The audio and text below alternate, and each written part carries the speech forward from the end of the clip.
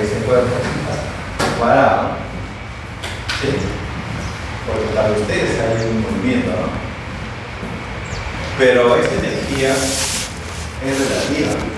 Cuando yo estoy moviendo esto, para mí ese cuerpo no tiene energía cinética. Para mí. ¿Por qué? Porque yo no observo que se mueve.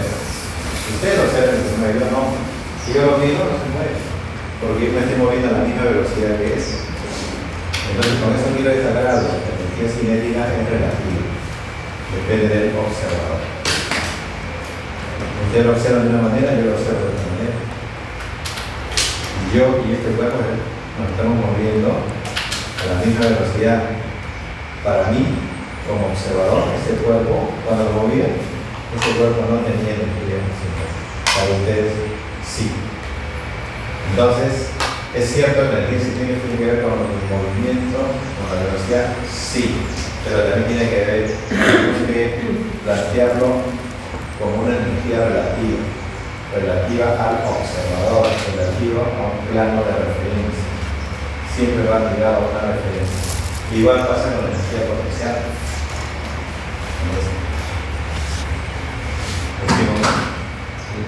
¿Esa mota tiene energía potencial? Pues depende, ¿no? Si el plano de referencia es el piso, decimos sí, tiene energía potencial. Y ustedes en su curso de física, como lo calculaban, recordando, masa por gravedad por la altura. Pero si el plano referencial es este borde de la pizarra, la energía potencial de esa mota es cero, porque justo está en el plano, o sea, no tendría altura con respecto de ese plano referencial. Entonces ahí también está cuál. La energía potencial existe, sin embargo, tiene que ver con el plano referencial con que se mueve. Y yo lo he hablado con respecto a la fuerza de la gravedad. Claro, porque eso es lo que uno suele estudiar más, ¿no? Las fuerzas gravitatorias. Yo hablaba, ¿por qué me refiero a esta altura? Porque hay una fuerza de gravedad que no atrae hacia el centro de la Tierra. Pero sin embargo hay otras fuerzas, ¿ya?, de otra naturaleza. La energía potencial es la energía que un sistema posee cuando está sujeto a la acción de un campo, que puede ser gravitatorio, que es el que solemos usar más, pero puede ser un campo eléctrico, un campo magnético, movimiento de cargas en un campo eléctrico, que también es energía. Y luego nos vamos al otro tipo de movimiento, al movimiento de los electrones, a la rotación, vibración, interacción de moléculas, átomos, iones. Todo ese tipo de movimiento es nanoscópico. Todo eso tiene otro nombre. Cuando es nanoscópico, todo ese tipo de energía en el nivel atómico y subatómico, todo ello referido a la actividad molecular tiene otro nombre. Entonces, aquí tienen, en el fondo de energía cinética, sí, pero en el nivel nanoscópico. ¿Es energía potencial? Sí, en el nivel nanoscópico. O sea, sí considera ese tipo de energía, ¿no? Pero no suele denominarse así. Suele agruparse todas esas formas de energía nanoscópicas asociadas a la actividad molecular y atómica, suele agruparse con el nombre de la energía interna. Entonces la energía interna es otro tipo de energía, es en el nivel de átomos, moléculas e iones, es en ese nivel. Por eso en el anterior destacamos la parte macroscópica, ¿no? A ver, acá está, ¿no? Movimiento desde el punto de vista macroscópico.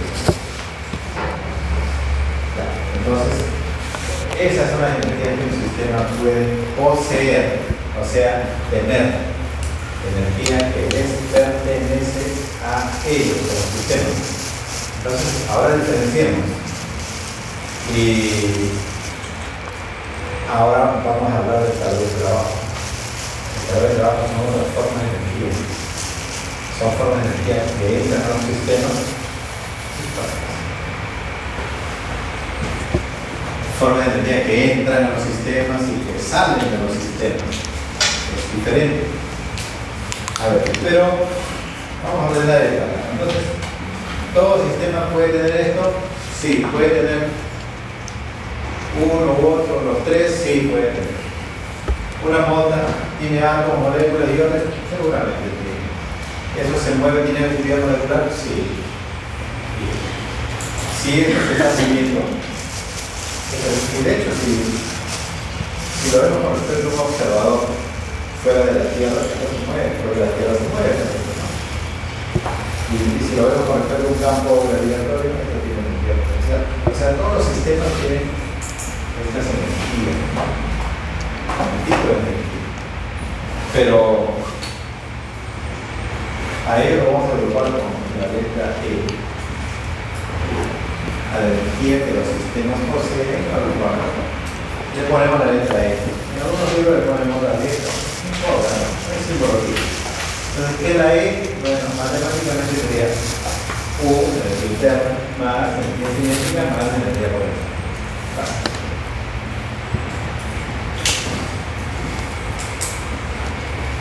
Entonces usamos el símbolo E para referirnos a la energía que los sistemas poseen. Están excluidos, ojo con esto, están excluidos otras formas de energía como calor y trabajo, los cuales son tipos de energía que no se almacenan, sino que son energías que fluyen, que entran o que salen. Entonces, un sistema puede tener energía cinética, energía potencial, energía interna, que puede poseer, tener. Sin embargo, hay otro tipo de energía que se llaman energías en tránsito, principalmente en termodinámica, calor y trabajo. Eso es en tránsito, o sea, los que pueden entrar o salir. Entonces, ¿qué puede entrar aquí? Calor. Puede entrar trabajo. Puede salir calor. Puede salir trabajo. Entonces, diferenciemos. Calor y trabajo tienen que ver con transporte, con flujo de calor. Calor que entra o sale, trabajo que entra o sale. No son formas de energía que los sistemas poseen.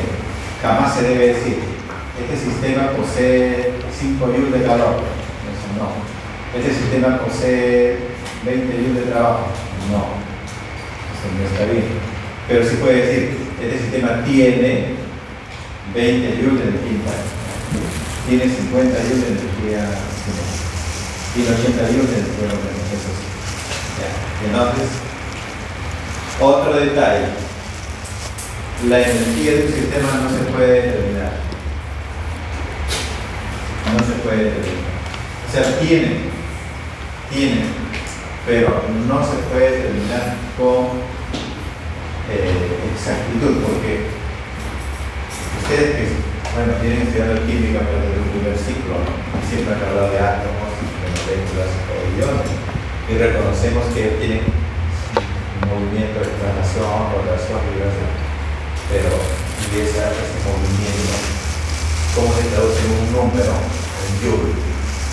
¿Cómo podemos traducir todo eso para una mota en joule? No se puede. No hay equipo que mida eso. No se puede medir la energía interna. Es imposible, ¿no? Entonces lo dicen bla. Dicen, no es posible calcular la energía interna absoluta de un sistema. ¿Cómo lo estudiamos? En termodinámica no se estudia la energía absoluta, se estudian los cambios. Lo que interesa son los cambios. Eso sí se puede ver. Los cambios. Además, la energía cinética y potencial solo tiene sentido cuando son planteadas en función de un marco de referencia. O sea, no es posible tener una energía total absoluta del sistema. No se puede. Felizmente no es necesario. Lo que realmente interesa es medir los cambios. Eso es lo importante que tenga por ejemplo. La medición de los cambios, o sea, el delta de E. Pero un delta de E es eso. Esto es lo que interesa. Ahora no se escribir ahora, ¿cómo voy a hacer para medir todo eso? Eso sí se puede. Más con masa que con velocidad. Si me refiero al campo gravitatorio, con altura y con gravedad, con masa. Con temperatura, ahora vemos cómo es, se puede medir con cambio de temperatura. Pero no poco a poco. Ahora, los que fluyen, ya lo mencioné, calor, trabajo, los que fluyen, los que pueden entrar y salir. Ya, ahora vamos a leer esta parte de aquí.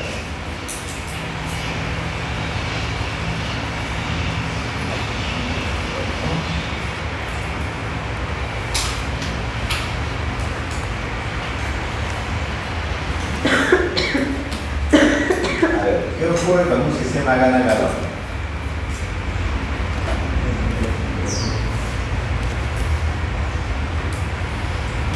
Voy a marcar aquí y lo voy a ver. A ver, vamos a leer, voy a leer la parte que está marcada en amarillo. Voy a leer. Dice, cuando un sistema gana calor, la energía de dicho sistema se incrementa en forma de energía interna. ¿Un sistema cómo puede ganar calor? Yo lo pongo al fuego, lo pongo al sol. Va a ganar calor. Cuando un sistema gana calor, la energía de dicho sistema se incrementa. ¿Sí? Porque está ganando energía. Pero ¿cómo se incrementa? Se incrementa en forma de energía interna. O sea, la energía interna aumenta la actividad molecular, movimientos de partículas. ¿Qué más? Y o potencial, o sea, puede aumentar la energía potencial. Y o cinética, puede aumentar la energía cinética. Pueden aumentar los tres, o dos de ellos, o uno. Pueden aumentar los tres, o dos cualquiera, o uno, cuando el sistema gana calor. Pero no significa que el calor se está almacenando como calor, ¿no? Es cierto que el calor entra y es energía que entra, pero ¿qué provoca en el sistema, en su interior?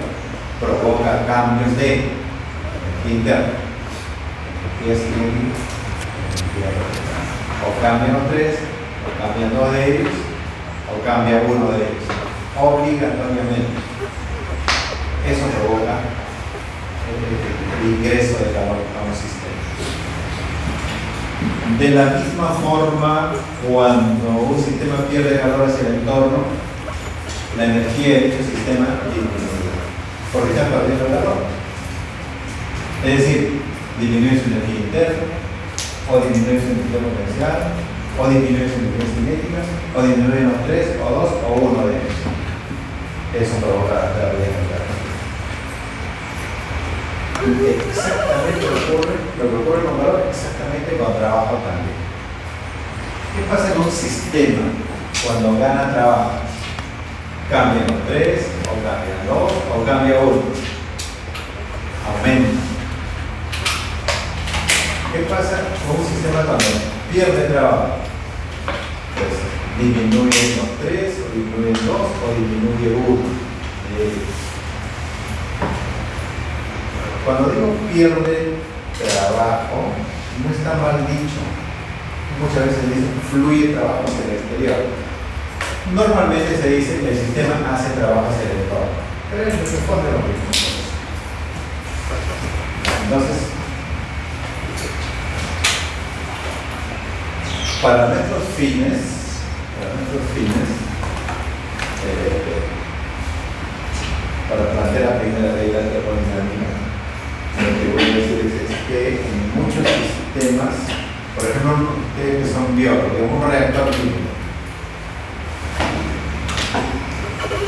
Cuando uno estudia un reactor químico,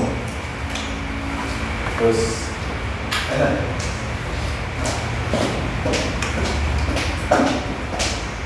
En el estudio de un reactor, de lo que ocurre dentro de un reactor químico, normalmente ustedes no observarán que el reactor está moviéndose, o sea, están trasladándose permanentemente, no tiene cierta velocidad. Normalmente los reactores pues están en una planta o en un laboratorio, puestos en un lugar. O sea, no suele haber cambio de energía cinética normalmente en sistemas de esa naturaleza, ¿no? Como los bioreactores. Tampoco van a ver que cuando trabajan con un bioreactor, que al comienzo de la reacción está a cierta altura, y después cuando acaba la reacción el reactor está más abajo o más arriba. Es un poco raro que existan energías potenciales y cinéticas macroscópicamente en un reactor. Bueno, y así pasa en muchos eventos. Así que en los libros de fisicoquímica dicen que no suele haber, o sea, si el viento existe, no descarta que exista. Si el que existe suele ser de menor importancia que la energía interna. Así que muchas veces, para hacer una ecuación de energía, suele tomar en cuenta calor, trabajo, energía interna, nada más. Bien, entonces, ¿qué pasa cuando un sistema gana calor? Y también, si gana ese trabajo, ¿qué ocurriría? Que si gana calor y también gana trabajo, algo tiene que cambiar la cadena. ¿Qué es lo que cambia? Si esto lo voy a dejar de lado. Lo voy a dejar de lado. Yo diría, entonces cambia su energía.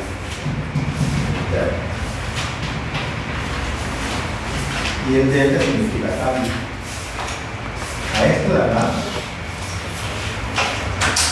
le han llamado la expresión matemática de la primera ley de la termodinámica. A ver, acá lo tengo. Ahí está. Aquí está. Donde está E son todos estos. Cinética potencial.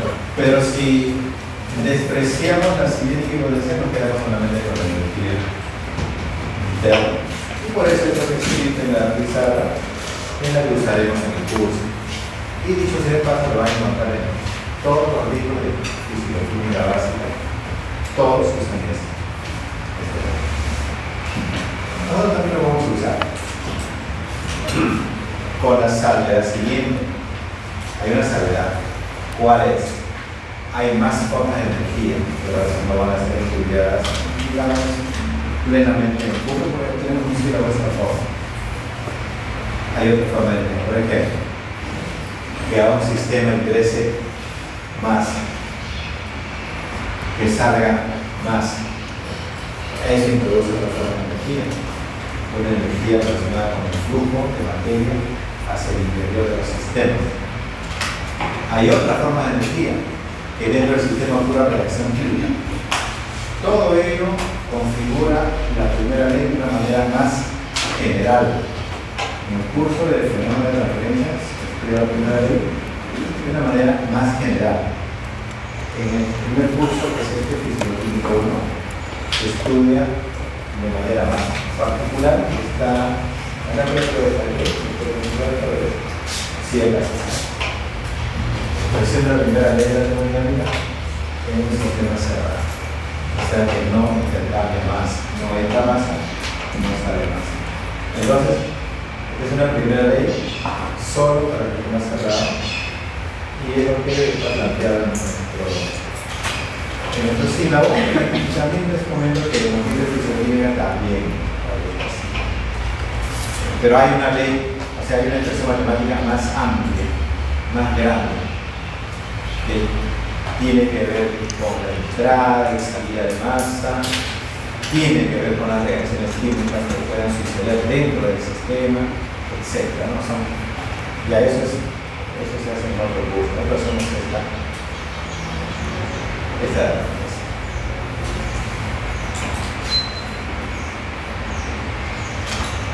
Entonces, nos centramos en esto, ¿no? Le decimos, ¿y cómo calculamos esto? A ver, tenemos que ver una expresión matemática de cálculo. ¿Cómo calculamos esto? Ah, ya lo teníamos. ¿No? Lo teníamos porque en el capítulo previo, para el tema de trabajo. Y eso sí lo teníamos. ¿Y eso cómo se calcula? Lo calculamos así. Sí, pasa.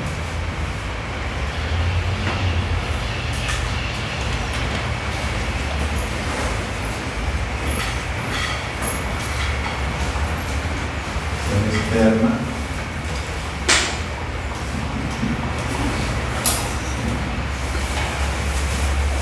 y un trabajo irreversible, ¿no?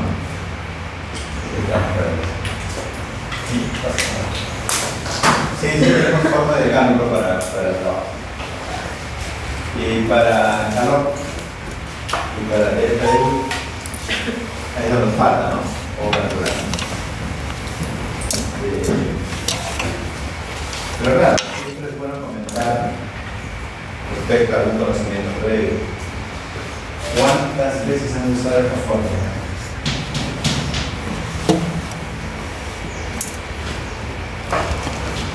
Sí, seguramente la han usado bastante.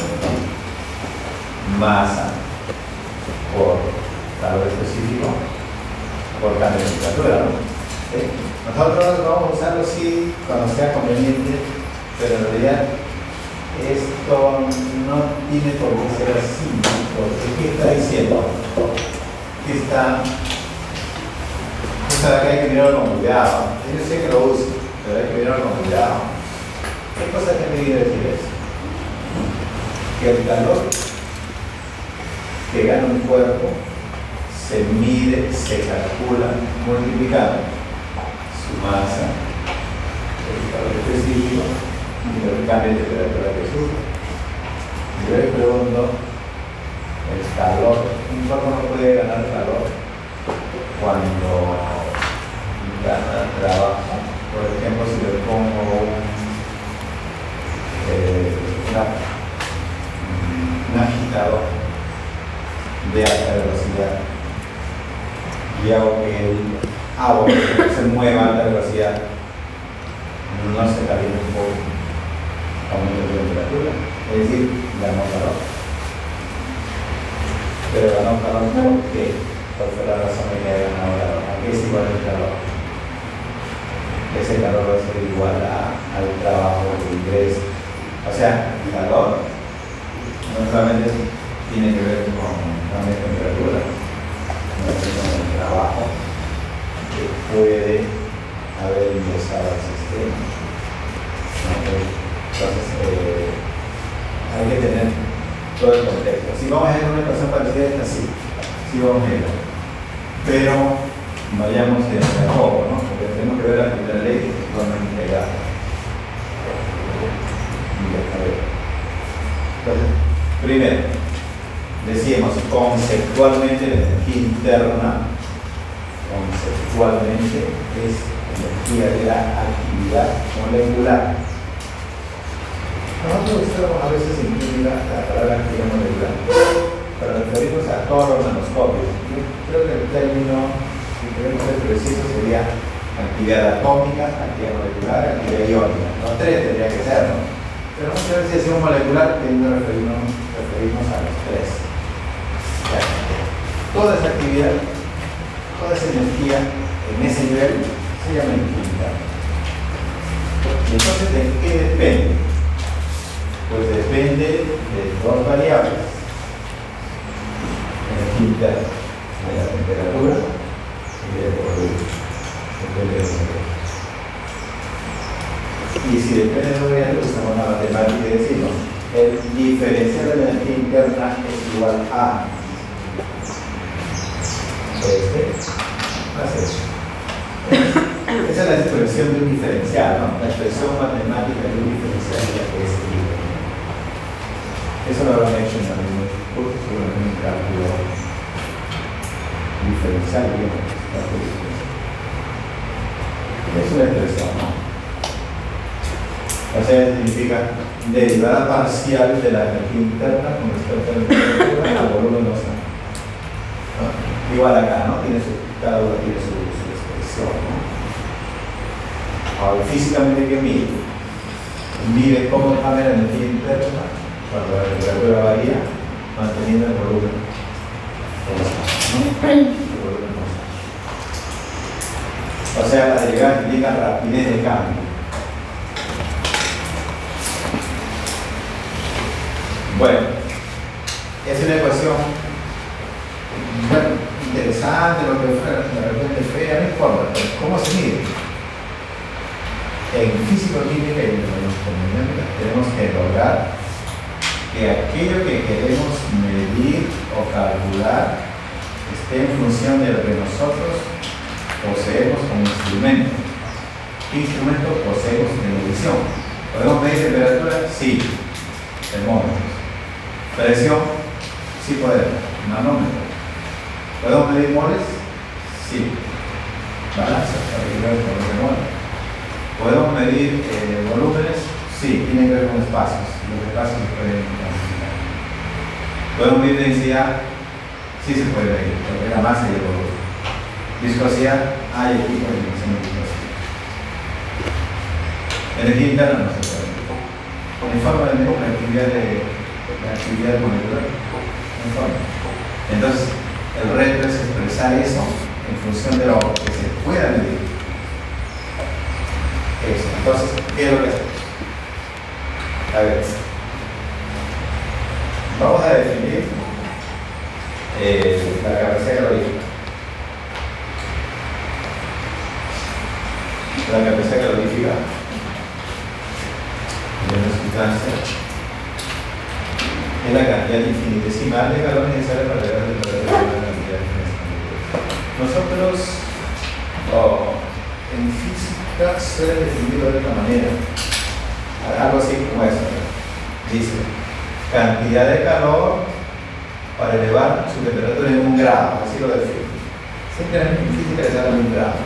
La cantidad necesaria de calor para elevar 1 gramo de agua y que se eleve 1 grado. Pero en términos infinitesimales no se puede definir. Ahora, en fisicoquímica suele usarse la palabra capacidad calorífica, pero diferenciado de calor específico. Todavía no, bueno, en este momento vamos a diferenciar, aunque hay relación, ¿no?, entre capacidad calorífica y calor específico, pero es que igual es la relación.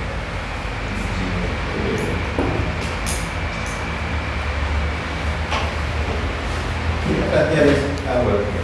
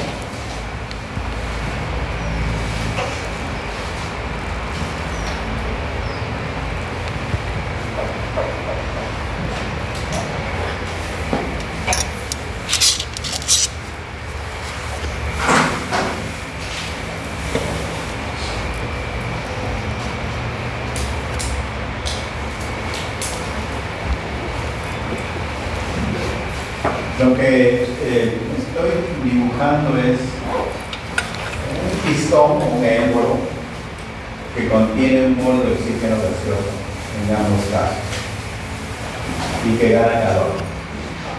Pero es una diferenciación. Estoy hablando de un pistón ideal, ¿no? O sea, de que se puede subir con facilidad sin fricción y bajar también sin fricción, con cierta facilidad. O sea, no hay fricción. Y aquí lo voy a plantear de la siguiente manera. Como que acá hubiese un clavo o algo así. Así. Y acá también otro clavo.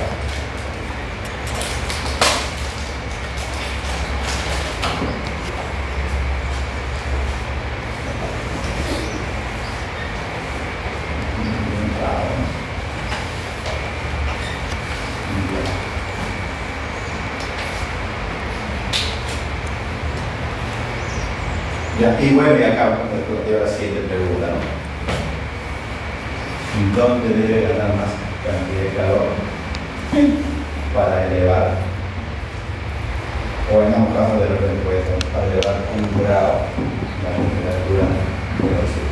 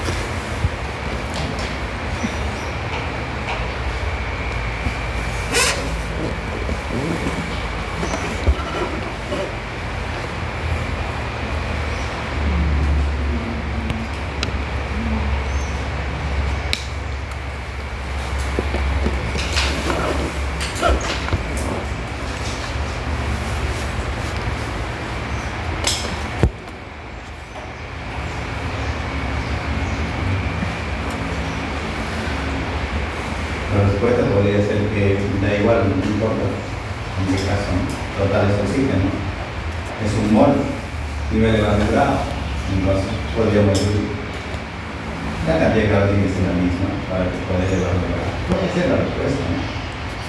Pero es una suposición. ¿Qué dicen ustedes? ¿Alguien desea opinar algo así? En el primer caso debería ganar más calor para elevar el número. Ya, ¿cuál sería la razón?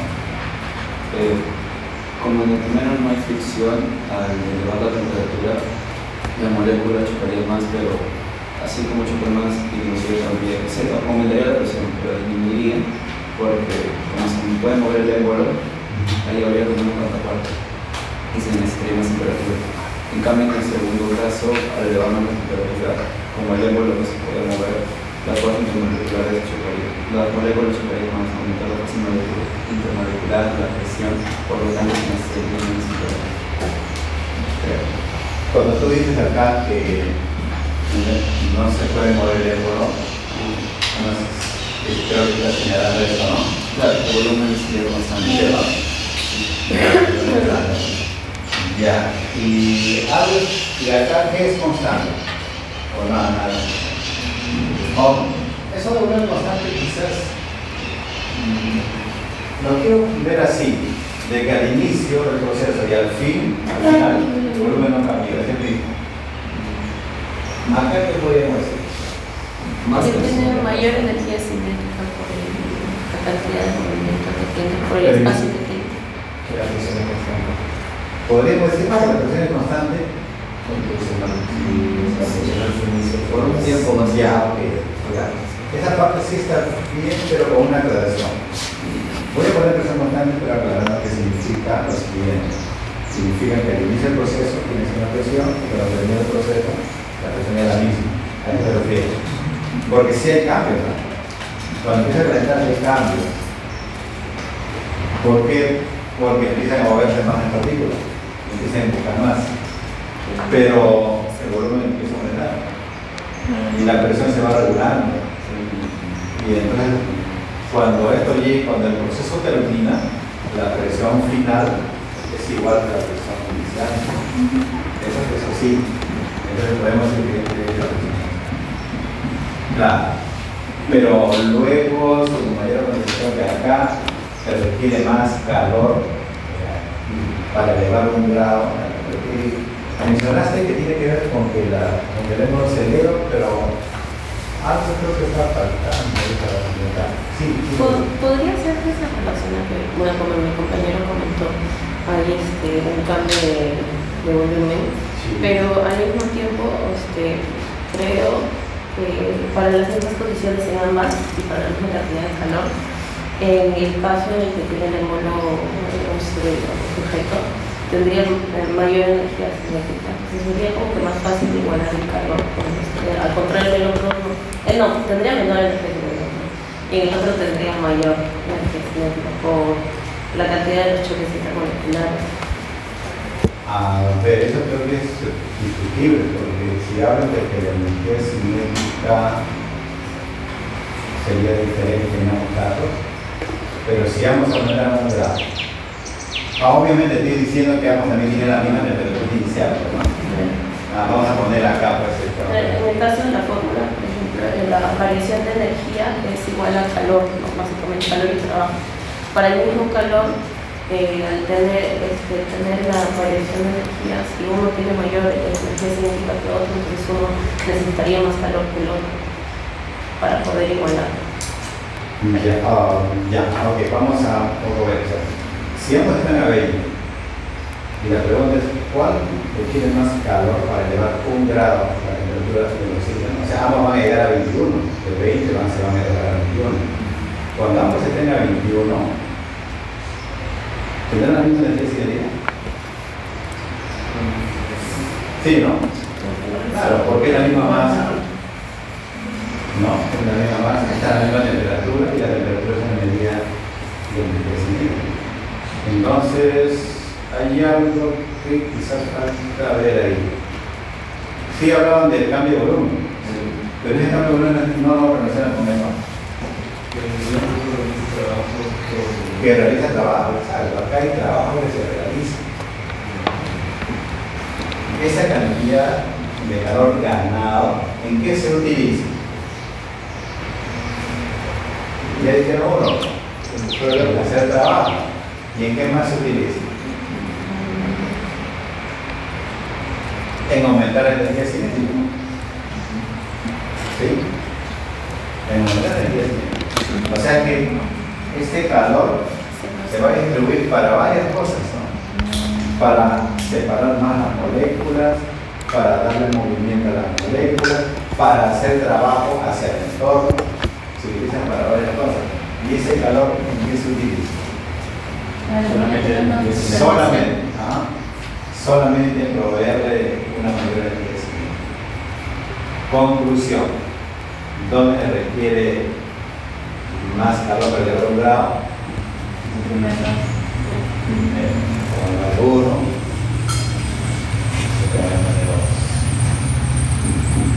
acá, 1.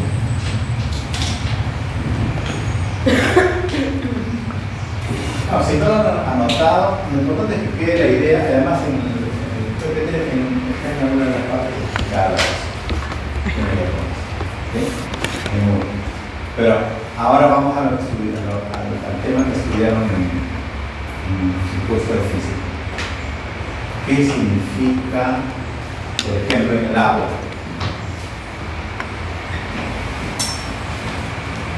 ¿Qué significa eso? No lo usamos un montón de veces, ¿no? Y seguro que hasta ahora lo usan. En el agua. Eso se llama un calor específico, ¿no? ¿Qué significa? para el agua, que si tienes 1 gramo de agua, quieres que su temperatura se eleve 1 grado y tienes que añadirle 1 caloría. O sea, si el agua, si 1 gramo de agua gana 1 caloría, su temperatura se eleva 1 grado. Y si cambio gramo, si le pongo mol, ¿sigue siendo calor específico? ¿O ya no es calor específico? Sí, claro, pero obviamente tendría que cambiar esto, ¿no? Sí, lo tengo que cambiar, es otro valor. Ese es el específico también, claro. Si no, que no está por gramo, está por mol. ¿Qué significado tiene?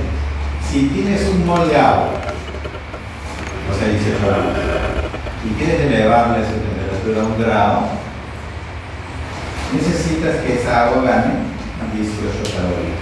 Entonces, el calor específico se puede medir o por gramo, o por mol, o por kilogramo, o kilomol, lo que quieras, con tal que exprese una cierta cantidad de materia.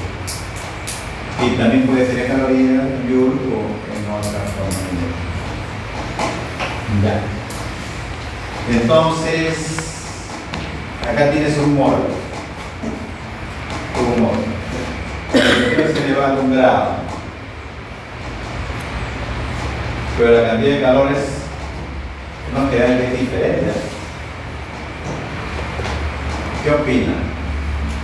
¿A cuál de los dos le varía el calor específico de los sitios?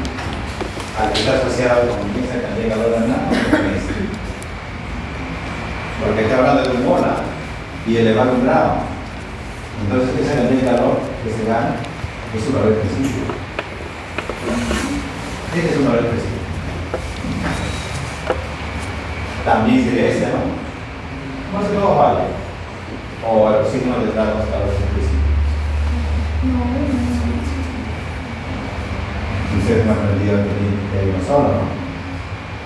¿Sí? El del agua es 1 caloría por gramo, ¿no? Bueno, yo lo que les quiero comentar es que no hay 1, hay 2 calores específicos. Siempre hay 2. Pero claro, uno dice, pero mi curso es difícil, toda la vida me enseñó que hay 1. Sí, es verdad, me tienen que enseñar que hay 1, pero no hay 1 ni 2. 2 calores. Todas las sustancias tienen 2 calores específicos. Un calor específico a presión constante y un calor específico a volumen constante. Todos. ¿Y cuál es la diferencia entre uno y otro? Pues va asociado a la condición, presión constante. Acá hay un calor específico y acá también hay otro. ¿Cuál de los calores específicos sería mayor, este o este?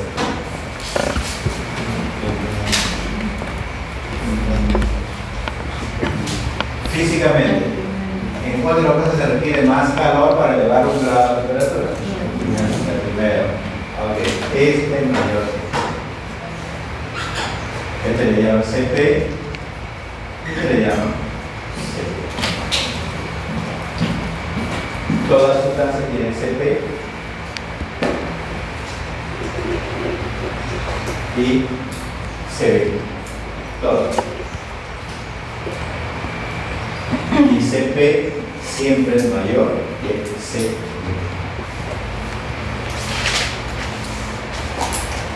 ¿Por qué en los cursos de física suelen darles como dato solo un valor? Y ese valor, ¿cuál es? CP. Suelen darles un único valor porque en los cursos de física suelen trabajar con sólidos y líquidos. Los sólidos y los líquidos no sufren la expansión que pueden sufrir los gases. Prácticamente, claro, no es que no se expanden, pero el porcentaje de expansión de un sólido y un líquido es mínimo. Digamos, puede ser 0.001% de su volumen inicial. exponencial, ¿no? O sea, crece un 0.01%. Sí, se puede expandir un metal, sobre todo, se nota un poco más de expansión, pero normalmente en un curso de física, pues lo obvio, ¿no? Dicen los sólidos y los líquidos no tienen capacidad de expansión, por lo tanto no hacen trabajo sobre el entorno. Este no lo hace, si lo hace, pero es mínimo, se puede, lo desprecia. Y nosotros en el curso de física, pues cuando hablemos de sólidos y líquidos, diremos que las ECP son prácticamente iguales. Y tomaremos un valor único. Pero cuando hablamos del tema de los gases, ahí sí tenemos que diferenciar. Y ahí buscaremos las tablas y ahí que nos digan, ¿no?, cuáles son sus valores de ellos.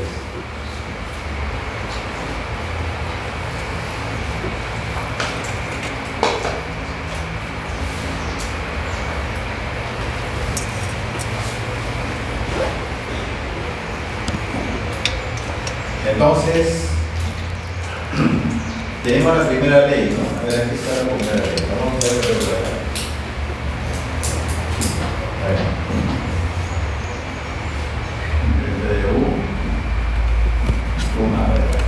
Así, ¿no? Ya, vamos a ver qué dice aquí. Volumen constante.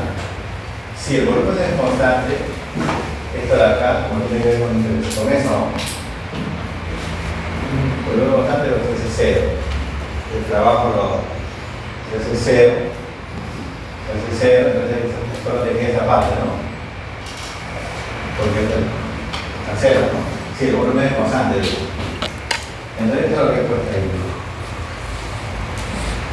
Que el cambio de energía interna es igual a calor. Pero cuando el volumen es constante. Solo cuando el volumen es constante. Y entonces, como valor específico, volumen constante es esto, esta derivada. Pero arriba está demostrando que son lo mismo, esto y esto. Entonces llegamos a la conclusión de que se debe expresar por esa derivada parcial. Y lo bueno de esto es que este valor es contable. Siempre va a encontrar ese contable. Así que vamos encontrando, vamos buscando formas de medir la variación de energía interna en función de algo medible o algo que esté en tablas, que ya se haya medido y que esté reportado en tablas. Ya, y entonces ya tenemos una parte importante, una ecuación diferencial. Y esta parte está aquí, ¿no? Luego de hacer el poquito, aquí sale. Ya tenemos este. Toda esta derivada es CB.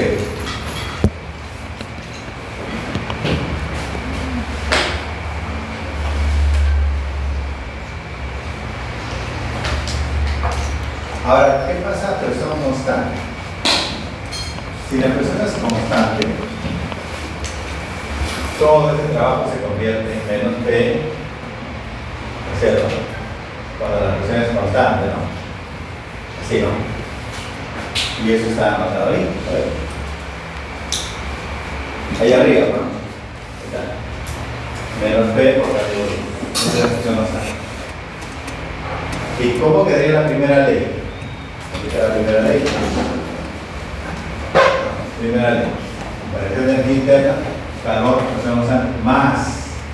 En lugar de poner el trabajo de acá, lo que he puesto es la expresión del trabajo. La expresión del trabajo es menos P por cambio de volumen. Claro, es una. A veces uno dice, bueno, ¿y para qué hacer tantas cosas? ¿No? ¿En qué ayuda? Pero vamos a ver cuál es qué ayuda. Nota que podemos reordenar esto. Vamos reordenando ahora. Reordenemos esto. P por B, y va quedando así. Entonces, ¿qué han hecho los termodinámicos? ¿Qué han hecho? Dicen, acá vamos a juntar variables. Vamos a juntar U más P por B. Y a esto vamos a llamarle entalpía. A eso le llamamos entalpía. Han juntado variables termodinámicas. Energía interna más el producto de la presión por el volumen. A eso le llamamos entalpía. ¿Y qué es físicamente el cambio de entalpía? Bueno, según lo que está ahí deducido, físicamente es eso. Eso es lo que sale. Porque esto le llamo un H2 menos un H1, o sea, delta de H. Igual al calor. Entonces, ¿qué expresa físicamente el cambio de entalpía? Pues el calor que se gana o pierde cuando la presión es constante. Entonces, eso expresa un cambio de entalpía. Un poco de esta reacción química en general, con reacciones químicas. Las reacciones químicas le calcularon el cambio de entalpía. Eso es un número. ¿Qué es ese número en realidad? ¿Qué expresa? El calor liberado o absorbido cuando sucede esa reacción química, manteniendo la presión constante. Ese es el significado físico de un cambio de entalpía. Y termodinámicamente podemos expresarlo por juntar variables. U más P. Entonces, apareció ahí una nueva forma de energía, la entalpía. Si uno quiere profundizar un poco más en entalpía, en el fondo la entalpía es un tipo de energía en el nivel nanoscópico, porque está asociada a la energía interna. La energía interna tiene que ver con la actividad molecular. Pero claro, también está asociada a términos macroscópicos, ¿no? De presión molecular.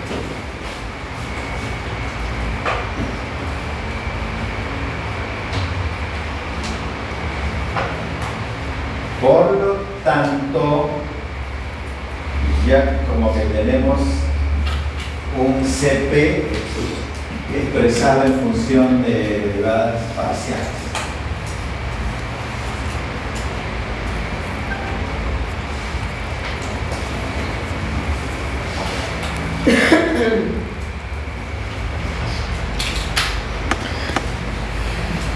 Vamos nuevamente a energía interna. Aquí está la forma diferencial, pero ya teníamos que esta primera parte que le estamos llamando la derivada parcial, la primera derivada parcial es C. Falta esta otra. ¿Qué han hecho los estudiosos del TED? ¿Quién actuó al respecto? Fue Joule, que hizo un experimento. Vamos a ver este experimento de Joule. Joule conectó dos recipientes de igual volumen. Los dos recipientes del mismo volumen. Este volumen es igual que este volumen. Y tiene una barrera. Y en un lado hay vacío. Ya. ¿Qué más? Dice aquí, aislados térmicamente. Todo aislado. Este es un aislante. Todo esto es un aislante.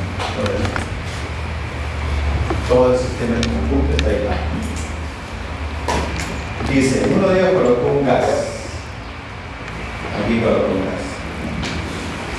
Y luego dice, en un momento dado rompió el diafragma, o sea, la barrera que los separa. Acá un diafragma. Lo rompió y entró y le ocurrió lo que se ocurra, ¿no? Dilución, ¿no? El sistema gaseoso empieza a ocupar todo el espacio disponible. Ya lo ocupó. Así que el volumen aumentó al doble. Acá tenía un volumen P sub 0. Todo este gas ahora es 2 P sub 0. La presión acá es P sub 0, acá es P sub 0 entre 2 inferior a la mitad.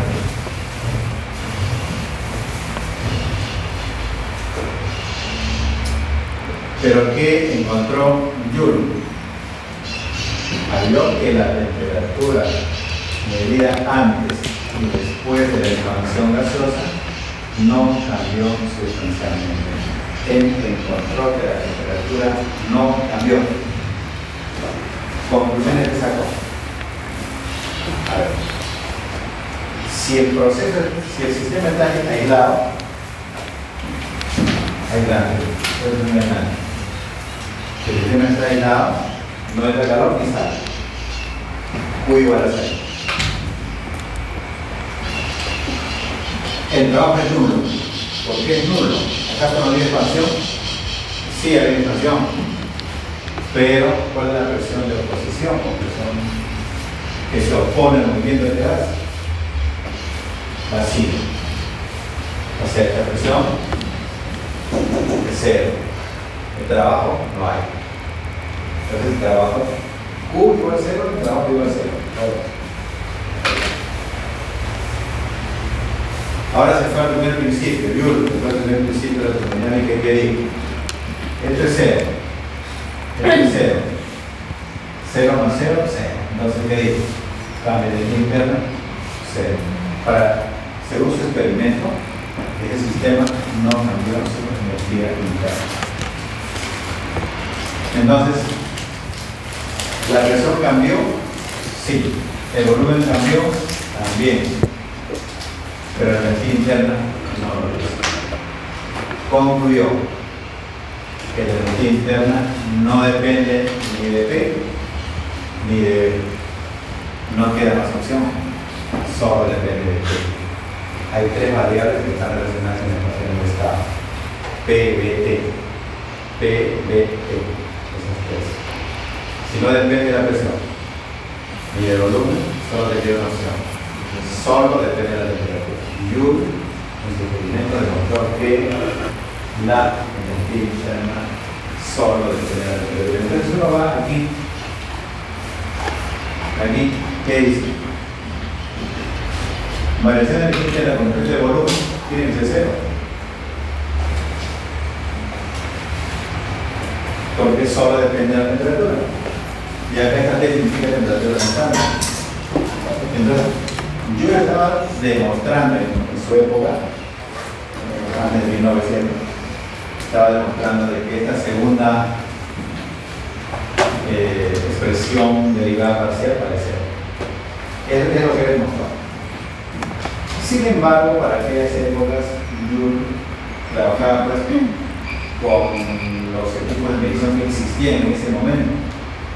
Posteriores mediciones han demostrado que cuando el gas tiene comportamiento ideal, el experimento de Joule es muy bueno.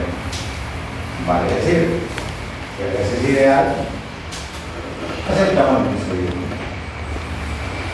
y le damos valor 0. Y si el gas es real, se ha demostrado de que sí varía un poco. O sea, como que este término sí tiene un cierto valor numérico.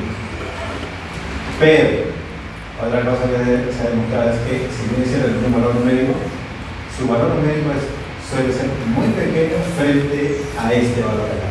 O sea, este tiene que ser muy pequeño frente a este. Así que, para muchas situaciones prácticas y muchos libros de texto, suelen obviar esta parte de acá y quedarse solo con la primera sumando. Eso es lo que estoy mandando por acá.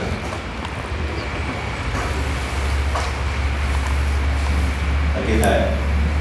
Para gases reales, sólidos y líquidos, se ha demostrado que esta derivada se aproxima a 0, no es 0, se aproxima. En consecuencia, con la aproximación podemos decir que la energía interna de todas las sustancias puede considerarse una función sol y gran temperatura. Esta información es exactamente cierta para gases ideales y es bastante aproximada para gases reales, para sólidos y para líquidos. La fórmula es esta. La fórmula general. Pero si es un gas ideal, es 0. Si es un gas real, o un sólido, o un líquido, es casi 0. Así que, de manera operativa y práctica, podemos quedarnos con esta primera parte. Es lo que haremos en el curso. Nos quedaremos también con la primera parte.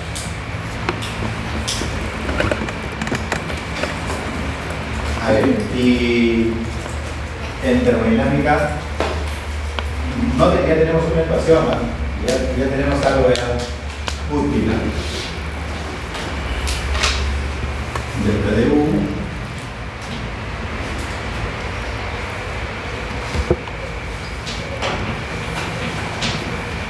Así sería, ¿no? Y podemos multiplicar por el número de moles también. En termodinámica, los CP y CB suelen darse por mol. Por ejemplo, la tabla específica del agua, el curso de física suele estar por gramo, caloría por gramo, por ser. Pero los libros de física suelen empezar por mol. Y por eso como N.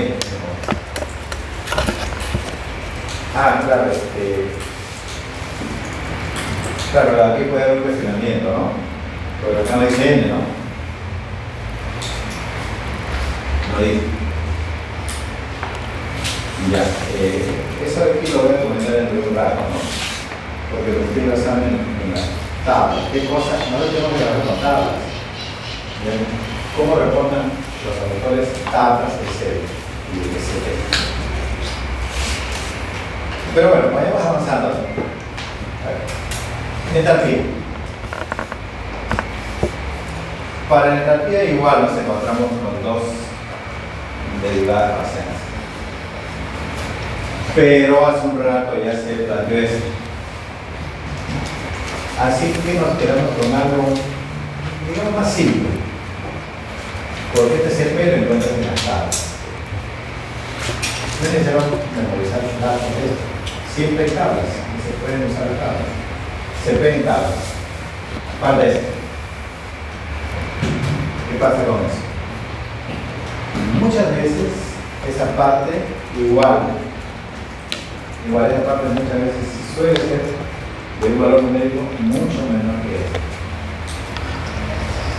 Sin embargo, sí se ha trabajado sobre ese tema, aunque claro, es cierto que su valor numérico es menor, casi despreciable, pero se ha trabajado en el tema porque los investigadores de física lo consideraban importante y ahora vamos a ver cuál sería una instancia de esa importancia. Es importante cuando hay cambios de presión de los grandes, cambios de presión. A ver, vamos a ver cómo se va a hacer.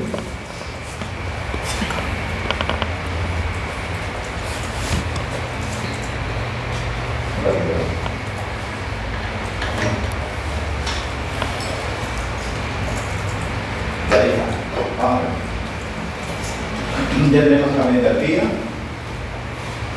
Tenemos esta parte de acá. Esto es calcular fácil porque siempre en el tablas. Falta esto.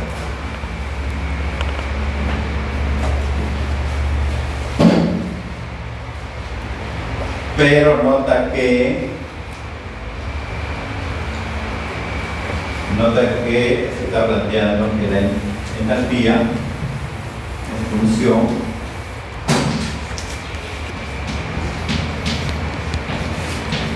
la presión y la temperatura. Bueno, no, TP,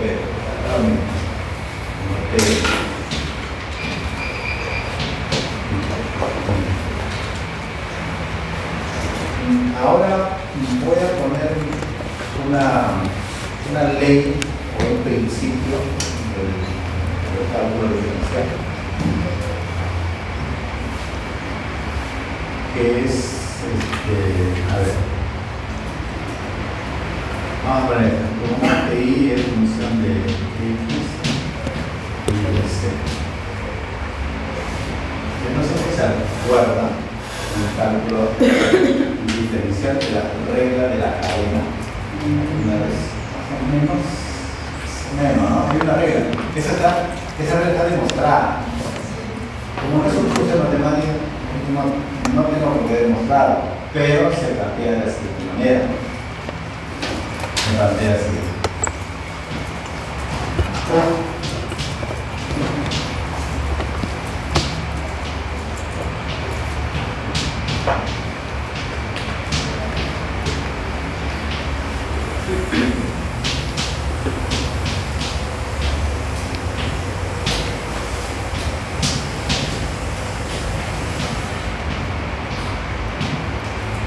de acá,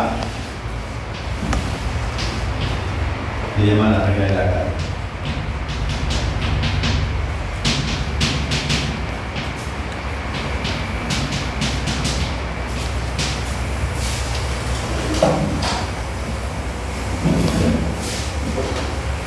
Y entonces, en su interés de trabajar con la derivada parcial que está acá a la derecha, mirá, la de la derecha, lo que hicieron los investigadores fue aplicar la matemática. Así, aplicaron la regla de la cadena, pero ¿para quién? Ya no y X y Z, no, sino H, T y P, ahí están las tres variables. Y aplicaron la regla de la cadena, lo reacomodaron y salió eso. Obviamente hay un signo acá, ¿no? Ese menos obviamente sale de que ese menos que está acá, ¿no? Simplemente eso. A la parte de izquierda le llamaron el coeficiente de Joule-Thomson.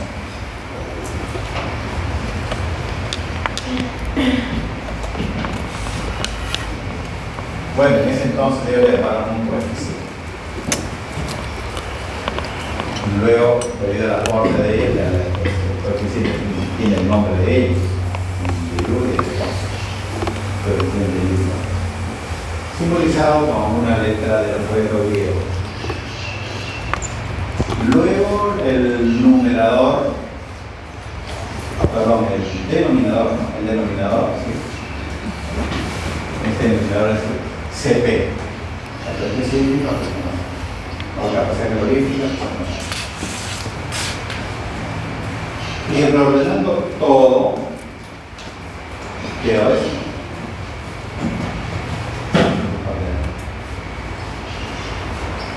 De que el coeficiente de Joule-Thomson, que se puede medir, que es medible, es igual a todo esto.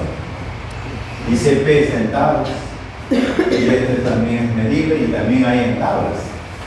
Eso es en tablas, eso es en tablas. Ya tenemos una forma de lograr eso, esta derivada. Repito, esa derivada cobra fuerza cuando los cambios que usan son muy grandes. Normalmente las situaciones, digamos, operativas dentro de la biología no suelen darse estos casos. Por eso es que cuando hablamos la fórmula, vamos a quedar solamente con la primera parte. Parece una activa, CP y me sale P.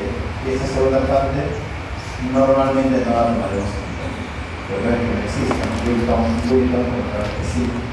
Que sí existe, que cuando los cambios de presión son grandes puede tomar importancia relevante, ¿no? A ver, ¿dónde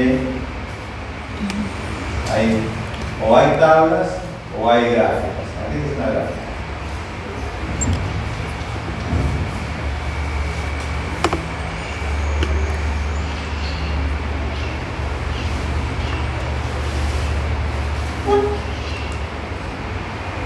En el lado del eje Y tienen los coeficientes de Joule-Thomson y en el lado del eje X tiene la temperatura de X. Y entonces las diferentes sustancias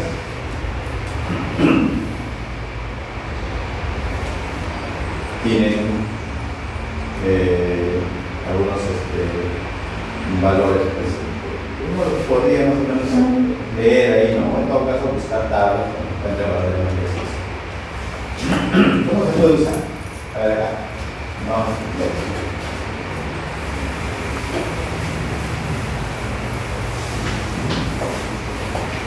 Dice ahí, calcule la temperatura final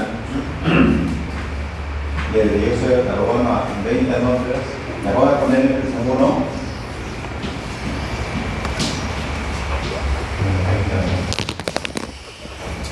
Luego dice, está hablando del dióxido de carbono, ¿no? Temperatura 1, 100 grados.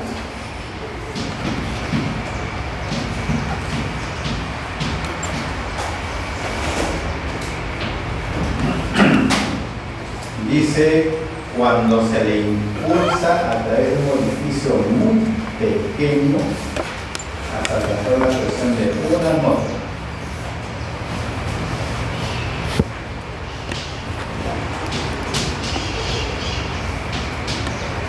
Una atmósfera. Y hay un dato. El coeficiente de Joule-Thomson para dicho gas es, vamos a poner el dato aquí, el coeficiente de Joule-Thomson es 0,63 75 Kelvin. Ya, es una aplicación, digamos, relativamente simple, ¿no? Porque solamente reemplazar en una fórmula. Pero vamos a ver qué alcance tiene. El coeficiente está acomodado. Y es un buen dato, ¿no? Ya, porque seguramente es un dato sacado de una tabla. Pero uno podría haber hecho una aproximación sin utilizar la gráfica, porque creo que no nos saldría tan bien, ¿no?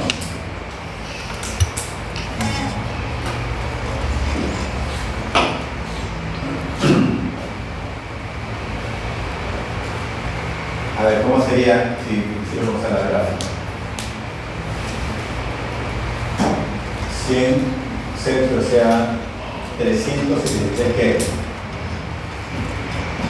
Está un poco complicado gráficamente. 373, 350, más o menos por ahí. Tendría que subir y cortar con la curva de dióxido de carbono. Peor, no lo corto. Pero está arriba de 0,5, ¿no? Claro, lo va a cortar arriba de 0,5. Y acá es 0,6. Bueno, ya es el dato.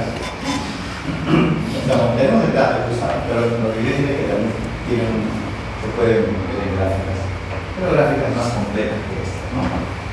Bien. Y entonces, ¿cómo resolver esto? El coeficiente de Joule-Thomson tiene una definición.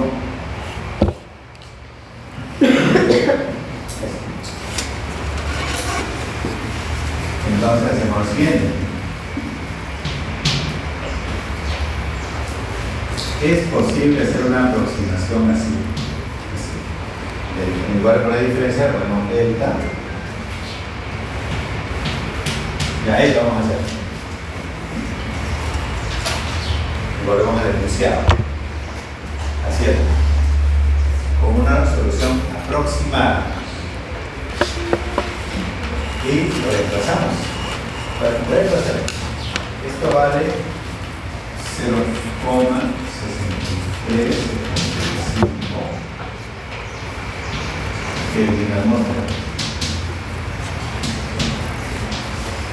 Delta T siempre es temperatura final. Todos los deltas son así, porque es final menos inicial. Entonces sería, vamos a llamarle T2, ¿no? Menos T1 menos 100.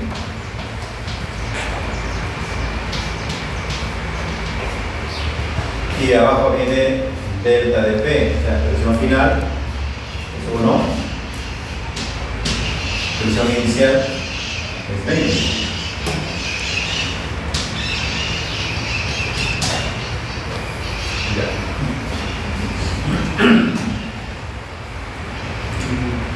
Y ahora despejamos la temperatura 2.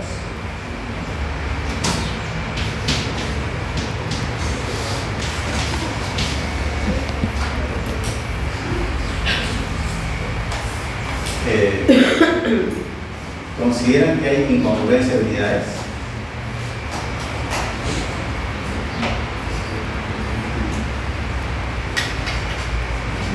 ¿Piensan ustedes que hay incongruencia de unidades? Que acá hay Kelvin y hay Celsius, que está mal.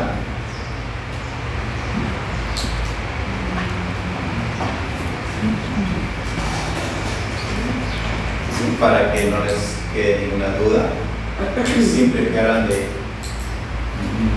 variación de temperatura, o sea, de deltas, en deltas siempre un Celsius es igual a un delta. Siempre. ¿Dónde es variación?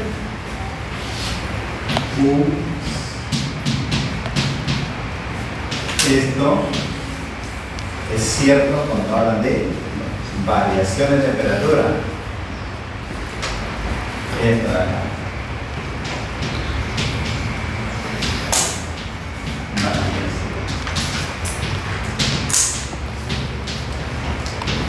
De temperatura, esta se cumple.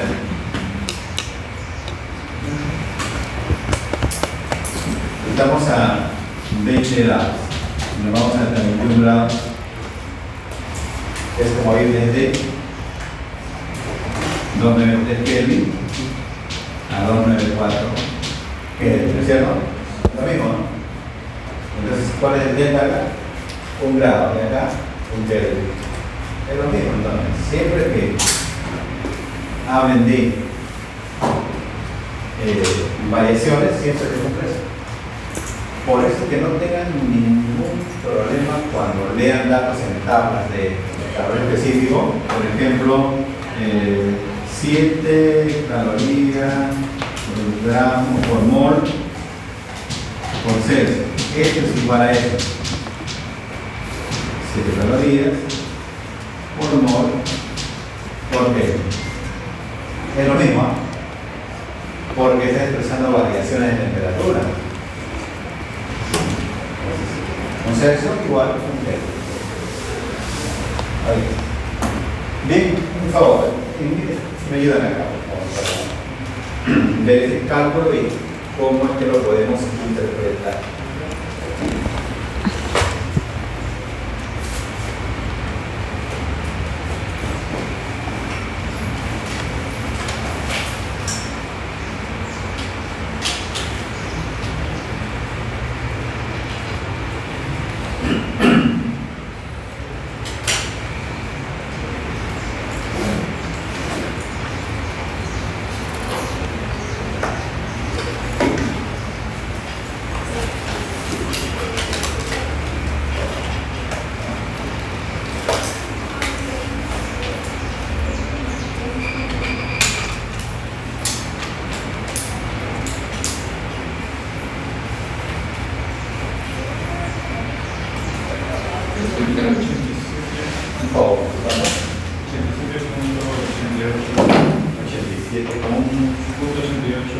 Ya, Celsius sería.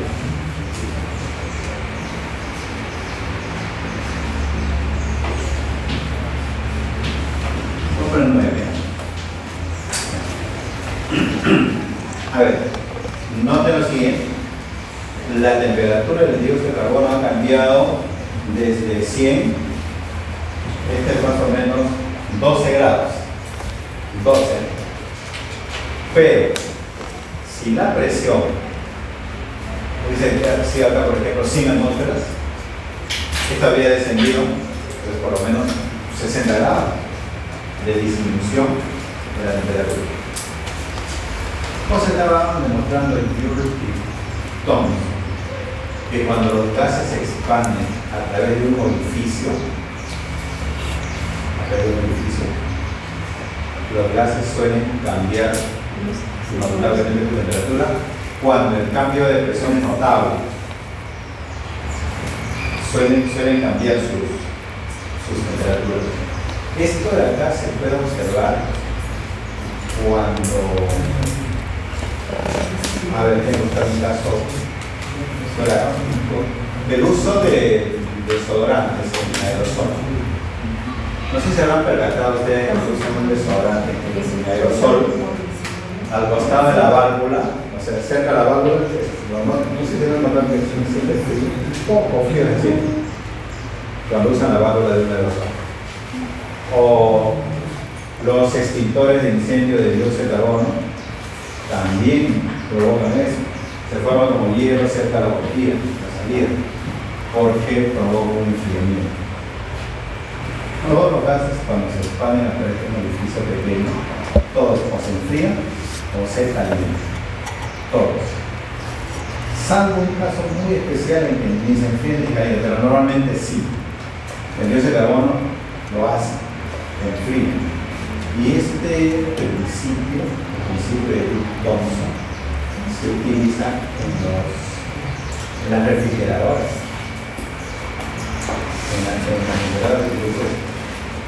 Habrán notado ustedes que una refrigeradora, el motor no funciona todo el rato. Funciona un momento y se apaga. Y después de un rato empieza a funcionar. Cuando el motor se apaga, o sea, cuando está funcionando el motor, lo que está haciendo es comprimir el gas que está dentro de la... hay unas tuberías en la refrigeradora por donde circula el gas refrigerante. Antes se usaba bastante freón, pero ahora con el tema del flúor y otros. Pero igual es un gas. Ese gas va por todas las tuberías del cobre que están en la refrigeradora. Todos ustedes son tuberías, lo han visto detrás de la refrigeradora. Una serie de tuberías que van en forma de zigzag, ¿no? Bueno, esas tuberías recorren toda la refrigeradora, no solamente afuera, sino adentro, por toda la recorren. Cuando el motor funciona, está comprimiendo. Hay una válvula que se cierra, para cerrar la válvula, y el motor funciona, está comprimiendo el gas. Lo está llevando a, digamos, por decir una presión. Pero luego hay un control que es automático que hace que la válvula se abra. Cuando la válvula se abre, el gas sale disparado por ese orificio. Es una expansión de Joule-Thomson.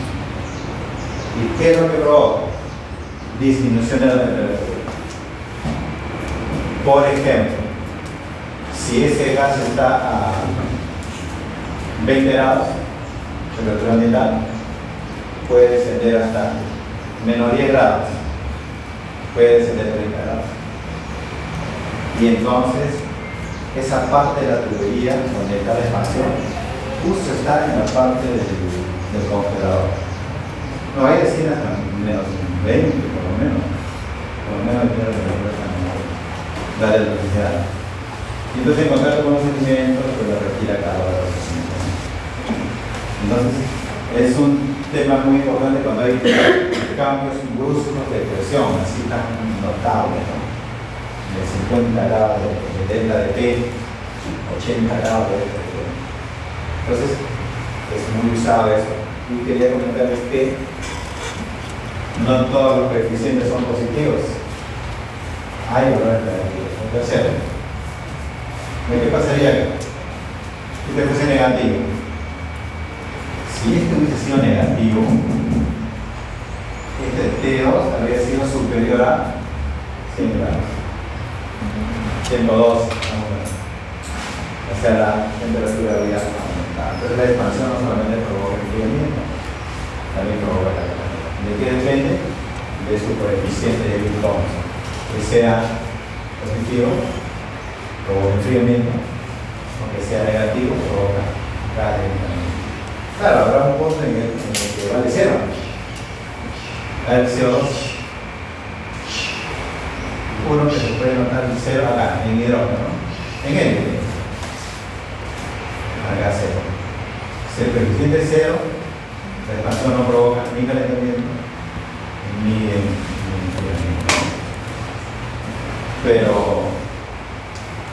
habrá una temperatura acá, ¿no? Para el milenio será Kelvin, bueno, no sé, 20 Kelvin. Para el hidrógeno, 200 Kelvin.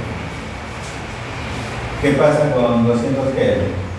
Temperatura a la cual la expansión de Joule-Thomson no provoca ni calentamiento ni enfriamiento. ¿Y qué pasa a menores de 200 Kelvin? Para el hidrógeno. Para menores, la expansión de Joule-Thomson provoca enfriamiento. Y para mayores de 200 Kelvin, la expansión de Joule-Thomson provoca calentamiento. ¿Qué es 200 para el hidrógeno? Es su temperatura de inversión. Todos los gases tienen una temperatura de inversión. ¿No? Por encima de esta o por debajo, se sienten los cambios de temperatura. Justo en la temperatura de inversión, la expansión no provoca ni calentamiento ni enfriamiento. Por debajo de los 200 se enfría, ¿verdad? Claro, esa es la autoridad. Hidrógeno. De cero. 200. temperatura y inversión de hidrógeno, 200. ¿Qué pasa por debajo de 200? Son positivos los valores. Negativas son positivos.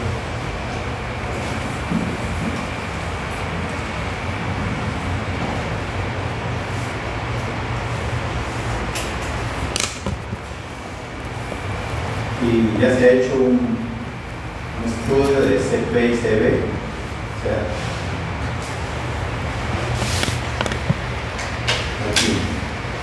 Esta parte yo la voy a pasar así un poco más rápido, porque es matemática.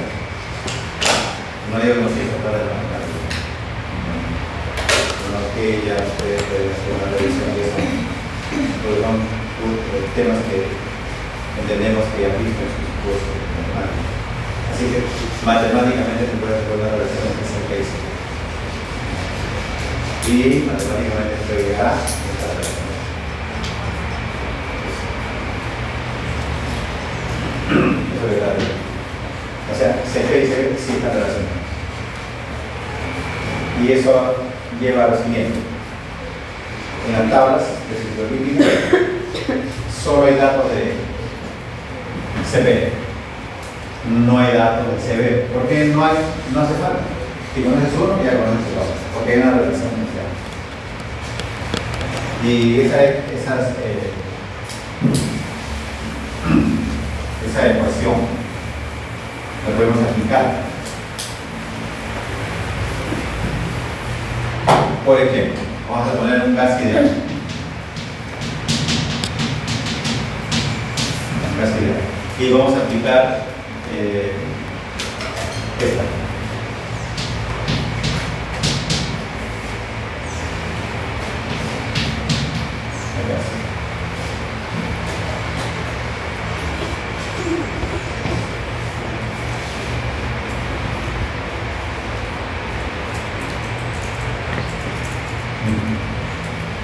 Ya. Acá voy a poner la ecuación donde B es volumen molar. Ya no pongo N, estoy expresando esta B como volumen molar, o sea, para cuando N valor B es igual a B y de B de T cuando B constante es igual a R sobre T. Sería R para un gas ideal. Ya, ahora reemplázalo allá.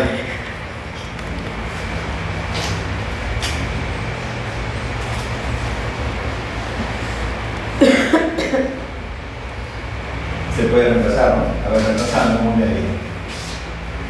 ¿Qué diría? CP menos CB igual 0. ¿Por qué 0? Porque ya Joule lo demostró que el cambio de energía interna solo depende de la temperatura. Si T es constante, entonces la variación de energía interna no existe. No hay. 0 más P y la derivada parcial sería R de P.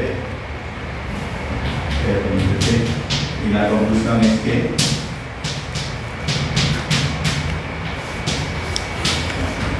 CP menos CB igual a R.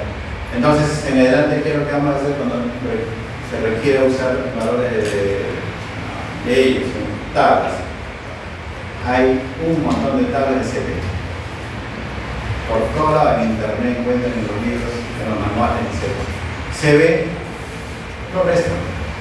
CP menos R es C0. Cuando dicen CB, saben lo que es el. Eso de ahí es cierto en gases ideales. Es exactamente. Para gases reales, para sólidos, para líquidos hay que ver cómo tratarlos y empezar a tratarlos bien.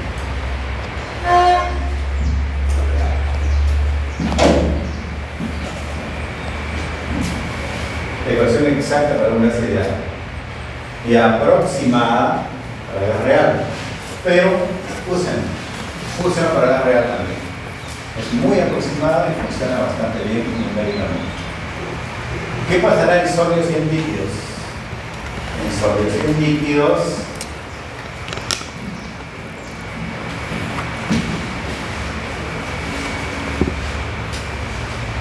la variación del volumen con respecto a la temperatura es un número pequeño. Así que hagamos algo, ¿no? Como es un número pequeño, entonces CP y CB, la resta es prácticamente cero. O en otras palabras, CP y CB son prácticamente iguales. Esa es la razón por la cual en muchos libros, cuando hablan de sólidos y líquidos, ponen un único valor de calor específico. No ponen CP, CB, no ponen un único valor. Porque en realidad son matemáticamente o numéricamente muy cercanos. Prácticamente no vale la pena hablar de uno u otro, hablemos de uno solo, de un mismo calor específico. ¿Ya? Vamos a hacerlo de esa manera y bueno, faltaría hacer ejercicios al respecto, ¿no? Porque hasta ahorita todos son fórmulas. ¿Ya? Entonces, la siguiente clase vamos a hacer unas deducciones para eso, ¿ya? ¿Ya? ¿Cómo que no leo? Estamos terminando, ¿ya? Estoy esperando unos pocos minutos, ¿ya?